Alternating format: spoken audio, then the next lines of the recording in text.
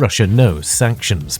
In 2009, the death of Moscow anti-corruption lawyer Sergei Magnitsky in custody motivated Bill Browder, an entrepreneur who used to work in Russia and employ him, to lobby the US government to introduce sanctions against Russia. US sanctions were duly applied to 18 people in 2013 who'd been directly related to Magnitsky's demise or the tax fraud investigation that led to his imprisonment.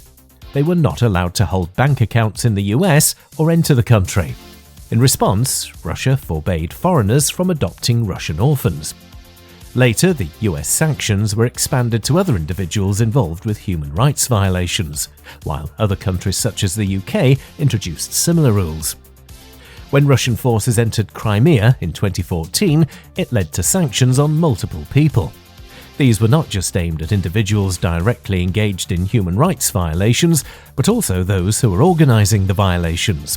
They went as high up as oil executive Igor Sechin, a person in Vladimir Putin's inner circle, clearly indicating who would be targeted next. The sanctions also included oil and defense companies and banks, stipulating that US companies were not allowed to trade with them. Moscow again announced counter-sanctions, banning foodstuffs produced in the EU. This produced quite a few videos of cheese and such being crushed by a bulldozer, but had little effect on the West. When flight MH17 got shot down in the Donbass region the same year, further sanctions, spearheaded by the US, were invoked against Russian oligarchs. Most notably affected was Sberbank, one of the largest Russian banks, but also a lot of large-scale projects that depended on foreign machinery.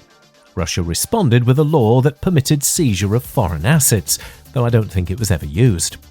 The nation's GDP per capita fell in the next 2 years by almost 40%, so the sanctions were significant, but Russia's policies did not change.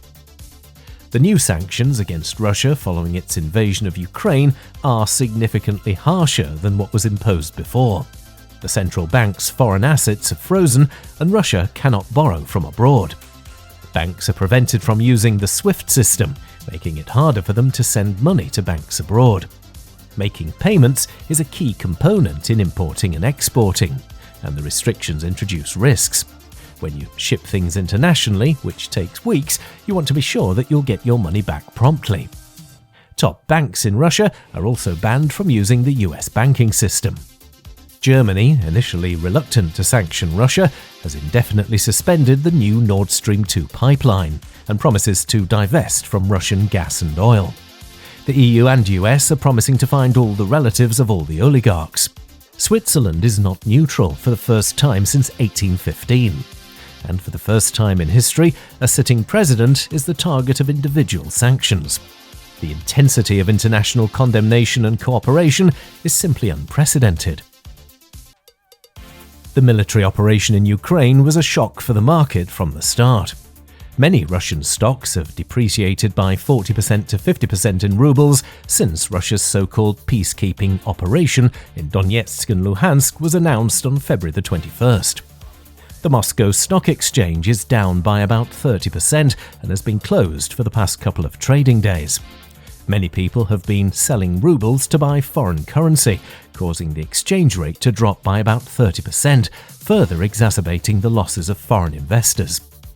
The Russian central bank has had to sell $1 billion or £745 million of internally held foreign reserves to prop up the exchange rate, as well as introducing a requirement for exporters to sell their foreign currency, and more than doubling interest rates. However, in the long run, Russia seems secure. Russia does not need foreign borrowing. It fluctuates around 30% of GDP compared to the US's 102%, for example. Russia will be happy enough if capital will be hard to take out of Russia as a consequence of expulsion from SWIFT.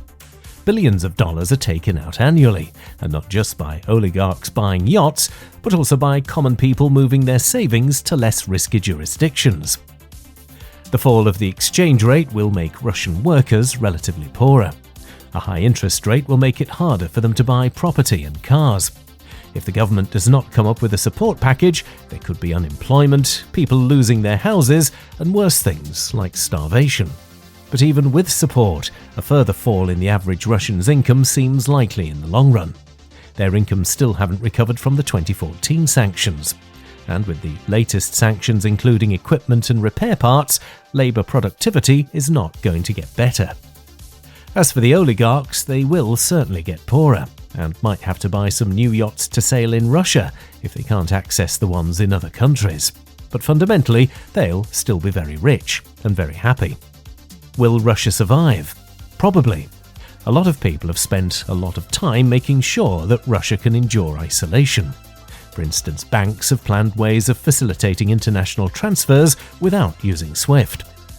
Also, other agents such as China will likely buy the oil and aluminium that will not be bought by the West anymore. So while these sanctions will hurt Russia, they will not break Russia. I also doubt this will bring down Putin. His support was not so big anyway. Why else would the administration indulge in massive election fraud?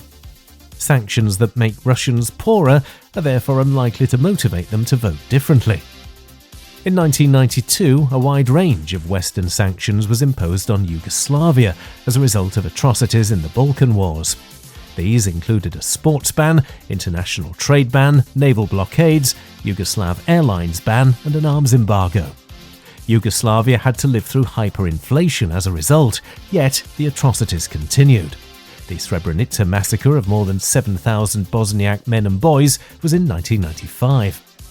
The sanctions were lifted in 2001 after the involvement of NATO in 1999, and Slobodan Milosevic was brought to The Hague. Milosevic, of course, did not have nuclear weapons.